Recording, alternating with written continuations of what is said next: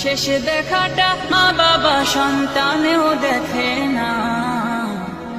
মাবুদ শেষ দেখাটা মা বাবা সন্তানেও দেখে না। এমন মরণ মাওলা তুমি কাউকে দিও না। এমন মরণ মাওলা তুমি কাউকে দিও না। যে মরণ লাশ হলে কেউ চায় না গোসল দিতে, আসে না ছেলে বাবার কফিন কাঁধে নিতে।